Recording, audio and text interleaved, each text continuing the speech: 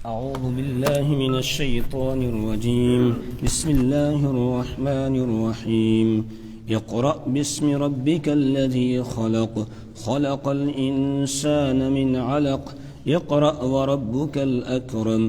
الذي علم بالقلم. علم الإنسان ما لم يعلم. صدق الله العظيم.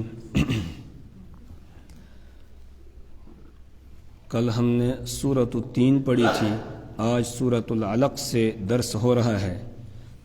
سورۃ العلق، اس سورت کی ابتدائی 5 آیتیں یہ وہ آیات ہیں کہ جن کے ذریعہ سے قرآن پاک کا نزول شروع ہوا۔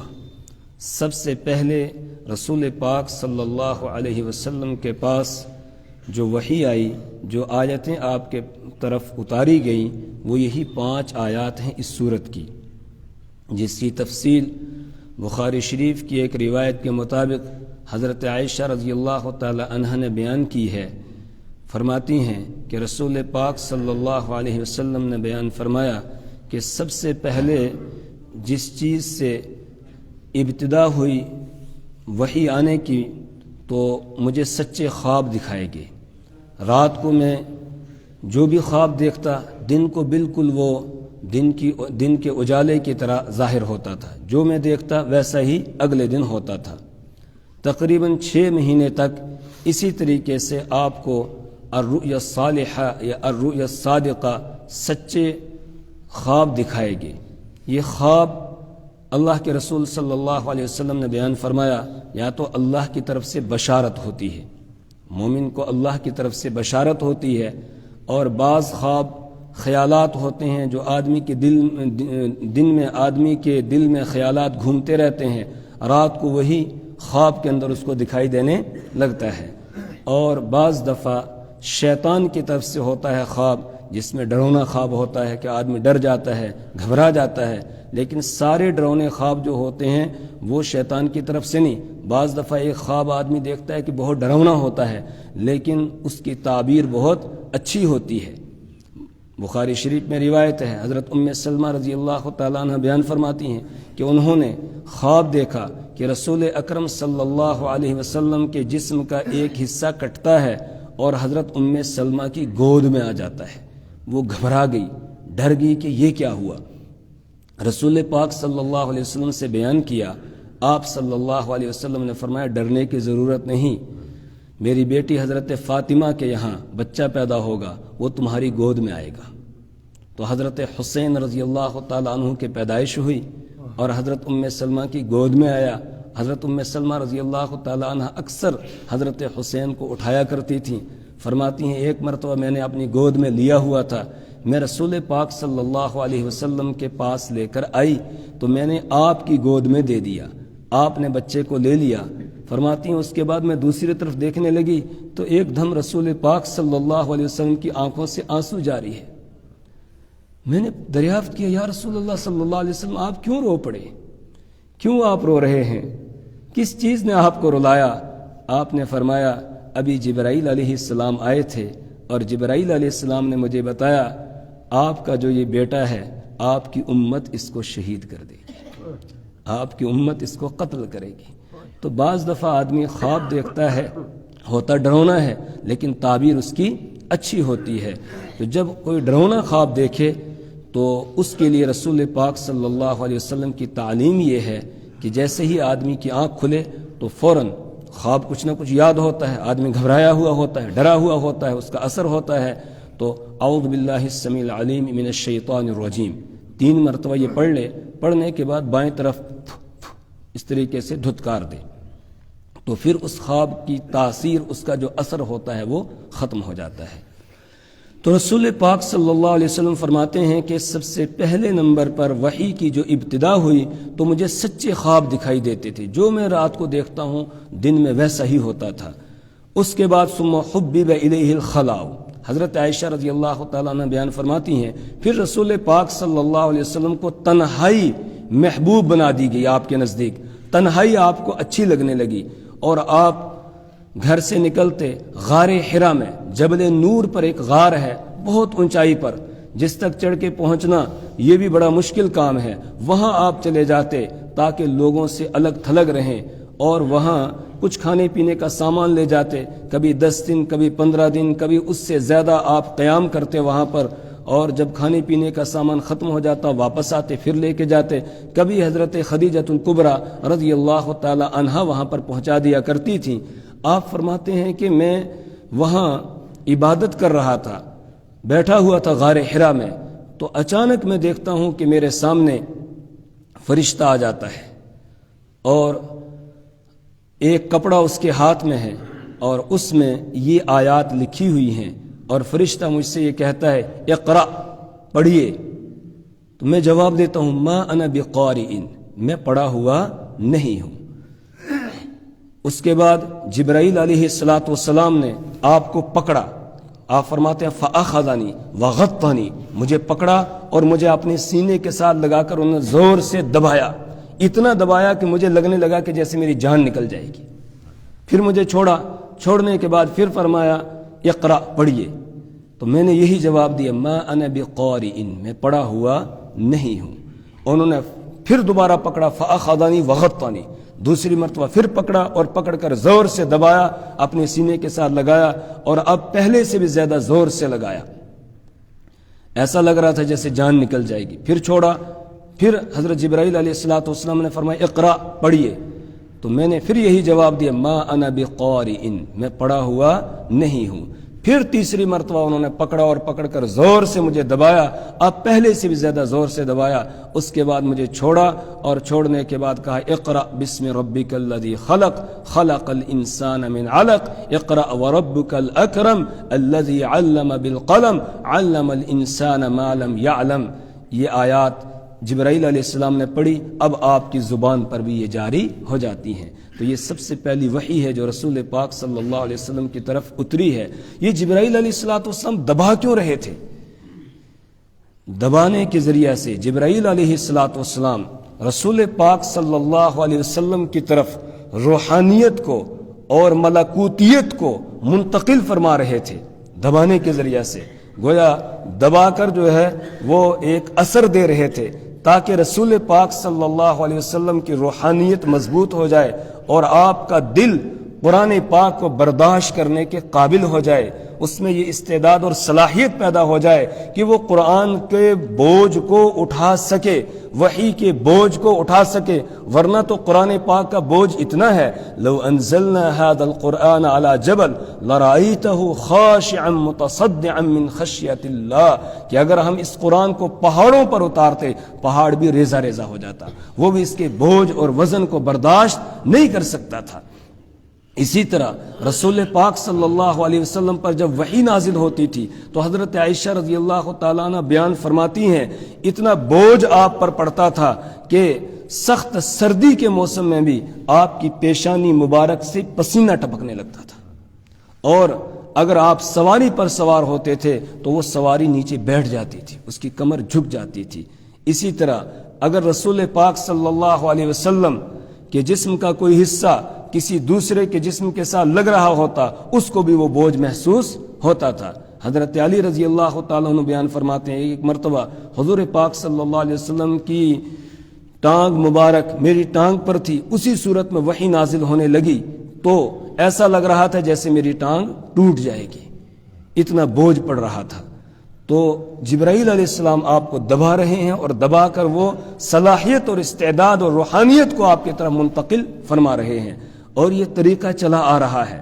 بزرگان دین بھی اس طریقے سے کسی کو سینے کے ساتھ لگاتے ہیں اور دباتے ہیں، اور اس کا بھی اثر دوسری طرف منتقل ہوتا ہے۔ خود رسول پاک صلی اللہ علیہ وسلم نے حضرت عبداللہ ابن عباس رضی اللہ تعالیٰ عنہ بیان فرماتے ہیں حضور پاک صلی اللہ علیہ وسلم نے مجھے پکڑ کے سینے کے ساتھ لگایا اور اللہ سے دعا کی اللہم علمہ الکتاب، اے اللہ ان کو کتاب کا علم دے دے، پھر وہ امام المفسرین بن جاتے ہیں۔ حضرت عبداللہ ابن عباس رضی اللہ تعالیٰ عنہ، حضرت ابو ہریرہ رضی اللہ تعالیٰ عنہ بیان فرماتے ہیں میں نے رسول پاک صلی اللہ علیہ وسلم سے شکایت کی، یا رسول اللہ صلی اللہ علیہ وسلم میں آپ کی باتیں حدیثیں یاد کرتا ہوں لیکن بھول جاتا ہوں، تو رسول پاک صلی اللہ علیہ وسلم نے فرمایا اپنا کپڑا اپنی چادر نیچے بچھا دو۔ انہوں نے چادر بچھا دی، آپ نے ایسے لپ بھری اور ایسے اس پہ ڈال دی. کیا تھا ہاتھ میں؟ کچھ بھی نہیں، ایسے کیا، اس طرح ڈال دیا. اس کے بعد آپ نے فرمایا ابو ہریرہ اس کو اٹھا کر اپنے سینے کے ساتھ لگا لو. اس چادر کو سینے کے ساتھ انہوں نے لگا لیا. فرماتے ہیں اس کے بعد پھر میں کوئی بھی بات بھولا نہیں ہوں، ہر بات مجھے یاد رہتی تھی. تو جبرائیل علیہ السلام نے 3 مرتبہ آپ کو دبایا. اب جب صلاحیت اور استعداد پیدا ہو گئی اس کے بعد آپ نے پڑھنا شروع کر دیا. اس کے بعد رسول پاک صلی اللہ علیہ وسلم گھر تشریف لائے، لیکن آپ گھبرائے ہوئے ہیں، ڈرے ہوئے ہیں. ایک تو وہ جو دبایا ہے دبانے کی وجہ سے، اور دوسرے نمبر پر یہ کہ اب جو بھاری ذمہ داری آپ پر ڈال دی گئی ہے اس ذمہ داری کی وجہ سے آپ ڈرے ہوئے گھبرائے ہوئے ہیں کہ معلوم نہیں میں اس ذمہ داری کو ادا کر پاؤں گا کہ نہیں ادا کر پاؤں گا. تو آپ گھر پہنچتے ہیں. حضرت خدیجۃ الکبریٰ رضی اللہ تعالی عنہا کو آپ فرماتے ہیں، حکم دیتے ہیں زمیلونی زمیلونی زمیلونی، مجھے چادر اڑا دو، مجھے چادر اڑا دو. جس طرح ایک پریشان آدمی ہوتا ہے، کسی گہری فکر اور سوچ میں ہوتا ہے، پھر وہ چادر اوڑھ کر لیٹ جاتا ہے، اس کو نیند نہیں آتی ہے، وہ سوچتا رہتا ہے، لیکن چادر اوڑھ کر اپنے آپ کو گویا تنہائی میں کر لیتا ہے، اکیلے میں کر لیتا ہے. اس طرح آپ نے چادر اوڑھ لی اور چادر اوڑھ کر آپ لیٹ گئے. اس کے بعد پھر آپ کو جب افاقہ ہوا، وہ خوف تھوڑا جاتا رہا، تو آپ نے حضرت خدیجۃ الکبریٰ رضی اللہ تعالی عنہا کے سامنے پورا واقعہ بیان کیا کہ آج جب میں غار حرا میں عبادت کر رہا تھا تو اچانک اس طریقے سے فرشتہ آ گیا اور اس نے یہ پھر واقعہ پیش آیا، یہ معاملہ پیش آیا. حضرت خدیجۃ الکبریٰ رضی اللہ تعالی عنہا نے آپ کی یہ بات سنی. اس کے ساتھ ہی آپ نے یہ فرمایا کہ خشیت علی نفسی، مجھے اپنی جان پر اب اندیشہ ہے، خوف ہے کہ کہیں ایسا نہ ہو کہ میری جان ہی نکل جائے. تو حضرت خدیجۃ الکبریٰ رضی اللہ تعالی عنہا نے آپ کو تسلی دی اور فوراً فرمایا کلا، ہرگز نہیں، واللہ باخدا ما یخزیک اللہ ابدا، اللہ آپ کو کبھی بھی رسوا نہیں کرے گا، اللہ آپ کو ضائع نہیں کرے گا، اللہ آپ کو رسوا نہیں کرے گا. کیوں؟ اس لیے کہ آپ کے اخلاق بہت اچھے ہیں. انک لتصل الرحم، اس لیے کہ آپ صلہ رحمی کرتے ہیں، آپ رشتے ناتوں کو ملا کر چلتے ہیں، آپ رشتوں کو توڑتے نہیں ہیں. کوئی توڑنا چاہتا ہے آپ پھر جوڑتے ہیں، آپ رشتے کو ٹوٹنے نہیں دیتے ہیں. انک لتصل الرحم، آپ صلہ رحمی کرتے ہیں. وتحمل الکل، آپ بوجھ اٹھاتے ہیں، آپ بوجھ اٹھاتے ہیں. کسی پر کوئی قرض کا بوجھ ہے یا کوئی اور بوجھ ہے، کوئی راستے میں کوئی بوجھ والی کوئی بھاری چیز لے کے چل رہا ہے، آپ اس کا ہاتھ بٹاتے ہیں، آپ بوجھ اٹھاتے ہیں. تحمل الکل وتکسب المعدوم، اور آپ نادار کے لیے کماتے ہیں، جس کے کمانے کے کوئی ذرائع نہیں ہے، گھر کا خرچہ نہیں چل رہا ہے، آپ کو پتہ چلتا ہے، آپ کما کر لاتے ہیں اور اس کو دیتے ہیں. وتقسم المعدوم، آپ نادار کے لیے کماتے ہیں. وتقری الضیف، آپ مہمان نوازی کرتے ہیں، کوئی مہمان آ جائے آپ فوراً اسے گھر لاتے ہیں، مہمان نوازی کرتے ہیں. وتعین علی نوائب الحق، اور جو حوادثات کے اندر گر جاتے ہیں ان کی آپ مدد کرتے ہیں. کسی کا مکان گر گیا، کوئی زلزلہ آیا، کوئی اور پریشان حال ہوتا ہے، کسی کا سامان چوری ہو گیا یا کسی کا سامان ڈاکو نے لوٹ لیا، تو آپ کو پتہ چلتا ہے، آپ اس کی مدد کرتے ہیں. وتعین علی نوائب الحق، ایسے لوگوں کی آپ مدد کرتے ہیں. اتنے اچھے اخلاق جس کے ہوتے ہیں اللہ اس کو ضائع نہیں کرتا ہے، اللہ اس کی حفاظت کرتا ہے. اور عجیب معاملہ ہے، حضرت خدیجۃ الکبریٰ رضی اللہ تعالی عنہا نے یہ اوصاف بیان کیے کس کے؟ رسول پاک صلی اللہ علیہ وسلم کے. لیکن یہ سارے وہ اوصاف ہیں جن کا تعلق اخلاقیات سے ہے، عبادات سے نہیں. کہ آپ اتنی عبادت کرتے ہیں یہ بات ذکر نہیں کی، اخلاقیات کا تذکرہ کیا. معلوم ہوا اگر کوئی آدمی اپنی حفاظت چاہتا ہے، آفات اور بلیات سے محفوظ ہونا چاہتا ہے، وہ اپنے اخلاق کو درست کر لے، اپنے اخلاق کو صحیح کر لے. اخلاق کا تذکرہ کیا. اور پھر یہی اوصاف جو حضرت خدیجۃ الکبریٰ رضی اللہ تعالی عنہا نے رسول پاک صلی اللہ علیہ وسلم کے بیان کیے ہیں، یہی اخلاق ہو بہو سیدنا صدیق اکبر رضی اللہ تعالی عنہ کے بیان کرتا ہے. کون؟ ایک کافر ہے، ابن دغنہ یا ابن دغنہ، دونوں طریقے سے پڑھا جاتا ہے. تو وہ یہی اخلاق بیان کرتا ہے کس کے؟ سیدنا ابو بکر صدیق رضی اللہ تعالیٰ عنہ کے. معلوم ہوا ہر امتی کو یہ اخلاق اپنے اندر پیدا کرنے چاہیے۔ سیدنا صدیق اکبر رضی اللہ تعالیٰ عنہ نے ایک مرتبہ ہجرت کا ارادہ کر لیا، جب مکہ والوں کی طرف سے بہت زیادہ مظالم ڈھائے جانے لگے، پریشان کیے جانے لگا، تو انہوں نے سامان سفر باندھا اور ہجرت کا ارادہ کر لیا، نکلنے لگے حبشہ کی طرف یا کسی اور علاقے کی طرف جا رہے ہیں۔ راستے میں ابن الدغنہ مل گیا، یہ دوست تھا حضرت ابوبکر صدیق رضی اللہ تعالیٰ عنہ کا زمانہ جاہلیت میں۔ اس نے پوچھا ابو بکر کہاں جا رہے ہو؟ تو انہوں نے بتایا کہ یہاں لوگ مجھے اللہ کی عبادت نہیں کرنے دیتے ہیں، میں نکل رہا ہوں اور جا کر کہیں اپنے رب کی عبادت کروں گا۔ تو اس نے فوراً کہا نہیں ابو بکر، آپ جیسا آدمی لا یخرج مثلک ولا یخرج، آپ جیسا آدمی نہ نکلتا ہے نہ اسے نکالا جاتا ہے۔ اور اس کے بعد پھر آپ اوصاف بیان کرتا ہے، کیوں؟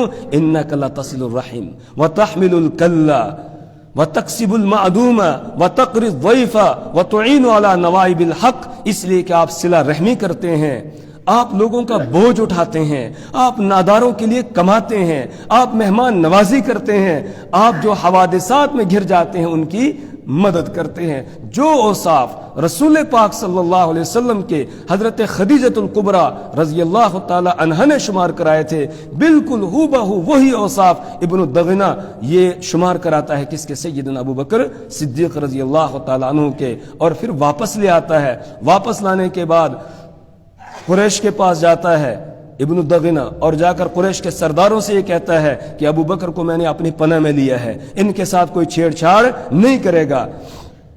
تو قریش کے سرداروں نے ایک شرط لگائی کہ ہم ان کے ساتھ چھیڑ چھاڑ نہیں کریں گے، لیکن یہ کیا کریں؟ اپنے گھر کے اندر عبادت کریں، اپنے گھر میں بیٹھ کر قرآن کی تلاوت کریں، عبادت کریں، نماز پڑھیں، ہمیں کوئی ان سے پریشانی نہیں ہے۔ لیکن یہ باہر نکل کر علی الاعلان اللہ کی عبادت نہ کریں، نہ نماز پڑھیں، نہ قرآن کی تلاوت کریں۔ کیوں؟ اس لیے کہ جب یہ قرآن کی تلاوت کرتے ہیں، یہ نماز پڑھتے ہیں، تو ہمارے بچے اور عورتیں ان کے پاس جمع ہو جاتے ہیں، اور ہمیں خطرہ ہے کہیں ایسا نہ ہو ہمارے بچے اور ہماری عورتیں فتنے میں مبتلا ہو جائیں، یعنی وہ بھی مسلمان نہ بن جائیں، اس لیے ہمیں اندیشہ ہے۔ اور حدیث میں ہے، بخاری شریف کی روایت ہے، حضرت ابوبکر صدیق رضی اللہ عنہ کان بکان، بہت زیادہ رونے والے تھے، قرآن پڑھتے جاتے تھے، آنسو نہیں تھمتے تھے، آنسو بہتے جاتے تھے۔ کچھ عرصے تک سیدنا ابوبکر صدیق رضی اللہ تعالیٰ عنہ گھر کے اندر عبادت کرتے رہے، لیکن ایک دن خیال آیا کہ کب تک میں گھر کے اندر عبادت کروں گا۔ اپنے گھر کے باہر ایک چبوترا جیسا بنایا اور پھر اس پر بیٹھ کر قرآن کی تلاوت کرتے، وہاں نماز پڑھتے۔ اب مشرکین کی عورتیں اور بچے پھر آنے لگ گئے اور وہاں جمگٹھا لگا دیتے، دیکھتے رہتے حضرت ابوبکر صدیق رضی اللہ تعالیٰ عنہ کو یہ تلاوت کرتے جاتے اور روتے جاتے، اور اس کا اثر مشرکین کی عورتیں اور ان کے بچے لیتے۔ تو وہ پھر سارے جمع ہو کر گئے، سردار جو مشرکین کے تھے سب جمع ہو کر ابن الدغنہ کے پاس گئے اور جا کر یہ کہا آپ نے ان کو پناہ دی تھی، اس میں شرط لگائی تھی یہ گھر کے اندر عبادت کریں گے، یہ تو علی الاعلان عبادت کرنے لگ گئے ہیں، آپ یا تو ان کو منع کر دیں یا پھر یہ کہ اپنی پناہ جو آپ نے ان کو دی ہے، حفاظت دی ہے، اس کو آپ واپس لے لیں۔ یہ آیا حضرت ابوبکر صدیق رضی اللہ تعالیٰ عنہ کے پاس، حضرت ابوبکر صدیق رضی اللہ تعالیٰ عنہ نے فرمایا مجھے اللہ کی پناہ چاہیے، تیری کوئی پناہ اور حفاظت نہیں چاہیے، جا تیری پناہ کو میں نے واپس کر دیا۔ اب یہ واپس چلا گیا، لیکن حضرت ابوبکر صدیق رضی اللہ تعالیٰ عنہ نے اپنا کام نہیں چھوڑا۔ تو مقصد یہ ہے بیان کرنے کا کہ جو اوصاف حضور کے تھے وہی اوصاف سیدنا ابوبکر صدیق رضی اللہ تعالیٰ عنہ کے ہیں، یہی اوصاف ہمارے اندر بھی ہونے چاہیے۔ اس کے بعد حضرت خدیجۃ الکبریٰ رضی اللہ تعالی عنہا رسول پاک صلی اللہ علیہ وسلم کو لے کے چلتی ہیں۔ ان کے ایک بھائی ہیں، چچا زاد بھائی ہیں، ورقہ ابن نوفل۔ یہ زمانہ جاہلیت میں پہلے مشرک تھے، پھر انہوں نے عیسائی مذہب اختیار کر لیا، حق کی تلاش تھی، عیسائی مذہب اختیار کر لیا اور اسی مذہب میں تھے۔ تو یہ ان کے پاس لے کر گئیں اور جا کر یہ کہا کہ ذرا اپنے بھتیجے کی بات سنیے، یہ کیا کہنا چاہتے ہیں، کیا کہتے ہیں۔ رسول پاک صلی اللہ علیہ وسلم نے پورا واقعہ بیان کیا کہ میرے ساتھ یہ معاملہ پیش آیا غار حرا میں۔ تو اس نے فوراً جواب دیا ھذا الناموس الذی نزل اللہ علی موسیٰ، یہ تو وہی فرشتہ ہے جس فرشتے کو اللہ نے اتارا تھا حضرت موسیٰ علیہ السلام پر۔ موسیٰ علیہ السلام کے پاس بھی یہ فرشتہ آتا تھا، آپ کے پاس یہ فرشتہ آیا ہے اور اس نے بشارت دی کہ آپ نبی ہوں گے، آپ اب آخری نبی ہیں، اور ساتھ ہی اس نے یہ کہا ہائے کاش میں اس وقت زندہ ہوتا توانا ہوتا جب آپ اللہ کی وحدانیت اور توحید کا اعلان کریں گے تو اذ یخرجو کا قوموں کا، جس وقت آپ کی قوم آپ کو یہاں سے نکال دے گی۔ رسول پاک صلی اللہ علیہ وسلم پریشان ہوئے، آپ نے فرمایا اوا مخرجیہم، کیا میری قوم کے لوگ مجھے یہاں مکہ سے نکال دیں گے؟ وہ تو مجھے الصادق الامین کہتے ہیں، سچا اور امانت دار کہتے ہیں، تو مجھے نکال دیں گے؟ اس نے جواب دیا ہاں، جس نے بھی اللہ کی وحدانیت اور توحید کا اعلان کیا لوگ اس کے دشمن ہو جاتے ہیں اور پھر اس کو نکلنا پڑتا ہے، ہجرت کرنی پڑتی ہے۔ یہ بات ہوئی، اس کے بعد رسول پاک صلی اللہ علیہ وسلم واپس تشریف لے آتے ہیں، پھر کچھ عرصے وحی کا سلسلہ بند رہتا ہے، اس کے بعد پھر جو ہے مسلسل وحی نازل ہونا شروع ہو جاتی ہے، سورہ مدثر کی آیات نازل ہوتی ہیں، سورہ مزمل کی آیات نازل ہوتی ہیں، اور پھر جو ہے لگاتار وحی کا سلسلہ جاری ہو جاتا ہے۔ تو ابتدا میں جو آیات نازل ہوئی وہ یہ ہیں، اقرأ بسم ربک الذی خلق، اقرأ آپ پڑھیے، بسم ربک اپنے رب کے نام سے، الذی خلق جس نے پیدا کیا ہے، یعنی علم حاصل کرو لیکن کس کے نام سے علم حاصل کرو؟ رب کے نام سے علم حاصل کرو۔ اللہ کی اوصاف میں سے، صفات میں سے یہاں پر ربوبیت کی صفت کو بیان کیا گیا کہ اپنے رب کے نام سے پڑھو، جس رب نے تمہیں پیدا کیا اور جو تمہاری تمام ضروریات تمہیں مہیا کر رہا ہے۔ رب اس کو کہا جاتا ہے کہ جو پرورش کرتا ہے اور اس طرح پرورش کرتا ہے کہ جس کو جس وقت جس چیز کی جتنی ضرورت ہے وہ اس کو مہیا کرتا ہے، جس کو جس چیز کی جس وقت جتنی ضرورت ہے اتنی وہ مہیا کرتا ہے، دیتا ہے، اسی کو کیا کہا جاتا ہے؟ رب کہا جاتا ہے، وہ سب کا پالنے والا ہے۔ تو اللہ کے اوصاف میں سے جس صفت کو یہاں بیان کیا گیا وہ ہے ربوبیت کی صفت، کہ آپ پڑھیے اپنے رب کے نام سے، الذی خلق جس نے پیدا کیا۔ کس چیز کو پیدا کیا؟ اس نے ساری کائنات کو پیدا کیا ہے، اور خاص طور سے اس نے انسان کو بنایا اور اس کو اشرف المخلوقات قرار دیا۔ خلق الانسان، اس نے انسان کو پیدا کیا۔ کس چیز سے پیدا کیا؟ من علق، اس نے خون کے لوتھڑے سے انسان کو پیدا کیا۔ پہلے وہ ناپاک پانی کا قطرہ ہوتا ہے، منی کا قطرہ، اور پھر اسی کو اللہ تعالیٰ ایک خون کی پھٹکی جیسے بنا دیتا ہے، لوتھڑا خون کا بنا دیا جاتا ہے، اس کے بعد پھر گوشت کی بوٹی بنا دیتا ہے، پھر اس کے اندر روح ڈالی جاتی ہے، پھر اس کی ہڈیاں بنتی ہے، پھر ہڈیوں کے اوپر گوشت کو چڑھا دیتا ہے۔ خلق الانسان، اس نے انسان کو پیدا کیا، من علق خون کے لوتھڑے سے۔ اقرأ آپ پڑھیے، وربک الاکرم، اور تیرا رب بہت اکرام کرنے والا ہے، تیرا رب بہت اکرام کرنے والا ہے، اس رب کے نام سے پڑھیے۔ معلوم ہوا کہ علم انسان کو وہی فائدہ دیتا ہے جو رب کا نام لے کر پڑھا جائے۔ سب سے پہلے آدمی کے سامنے رب کا تعارف ہونا چاہیے، اس کے بعد پھر جو بھی وہ علم حاصل کرے، جو بھی علم حاصل کرے گا اس علم کے اندر اللہ تعالیٰ اس کے لیے نور کو پیدا کر دیں گے۔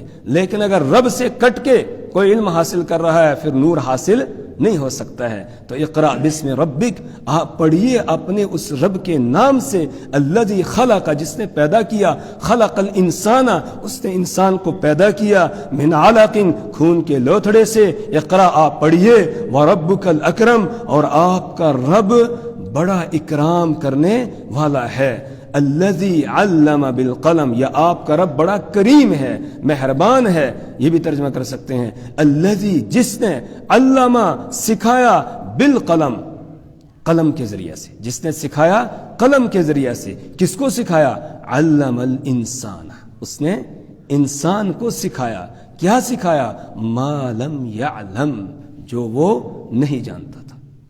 انسان جو چیز نہیں جانتا تھا اللہ نے اس کو اس کی تعلیم دے دی۔ آج جو بھی دماغ لگا رہا ہے، کوئی بھی چیز بنا رہا ہے، تیار کر رہا ہے، یہ دماغ عطا کرنے والا کون ہے؟ اللہ ہے۔ پھر اس کے دماغ کو، ذہن کو چلانے والا کون ہے؟ اللہ ہے۔ پھر اس کو سکھانے والا کون ہے؟ اللہ ہے۔ اسی لیے حضرت موسیٰ علیہ الصلوۃ والسلام نے رب کا تعارف کرتے ہوئے فرمایا تھا ربنا الذی اعطى كل شيء خلقه ثم هدى، ہمارا پروردگار وہ ہے جس نے ہر چیز کو پیدا کیا اور پھر اس نے رہنمائی کی ہے۔ تو کوئی یہ نہیں دعویٰ کر سکتا ہے کہ میں نے جی بڑا یہ کمال کر دیا، نہیں، اس لیے کہ ذہن و دماغ عطا کرنے والا کون ہے؟ اللہ ہے۔ پھر اس دماغ کے اندر باتوں کو ڈالنے والا کون ہے؟ اللہ ہے۔ طریقہ کار بتانے والا کون ہے؟ اللہ ہے۔ رہنمائی کرنے والا کون ہے؟ اللہ ہے۔ راستہ دکھانے والا کون ہے؟ اللہ ہے۔ تو یہاں اللہ تعالیٰ نے اپنے اوصاف میں سے ایک وصف یہ بیان کیا وہ رب ہے، دوسرا وصف یہ بیان کیا وہ خالق ہے، وہ پیدا کرنے والا ہے، تیسرا وصف یہ بیان کیا اکرم، وہ بڑا کریم ہے، وہ کرم کرنے والا ہے، الذی علم بالقلم، اور چوتھا وصف یہ بیان کیا الذی علم بالقلم کہ وہ سکھانے والا ہے، تعلیم دینے والا ہے، وہ بات انسان کو سکھانے والا ہے جس کو انسان جانتا نہیں ہے۔ اس سے آگے انشاءاللہ کل پڑھیں گے۔ اللہ تبارک و تعالی ہمیں اپنی کتاب کی سمجھ اور فہم عطا فرمائے، اللہ اس کے مطابق عمل کی توفیق عطا فرمائے، اللہ تبارک و تعالی اعمال صالحہ کی توفیق عطا فرمائے، برے اعمال سے ہماری نسلوں کی حفاظت فرمائے۔ سبحان اللہ و بحمدہ، سبحانک اللہم و بحمدک، ونشہد ان لا الہ الا انت ونستغفرک۔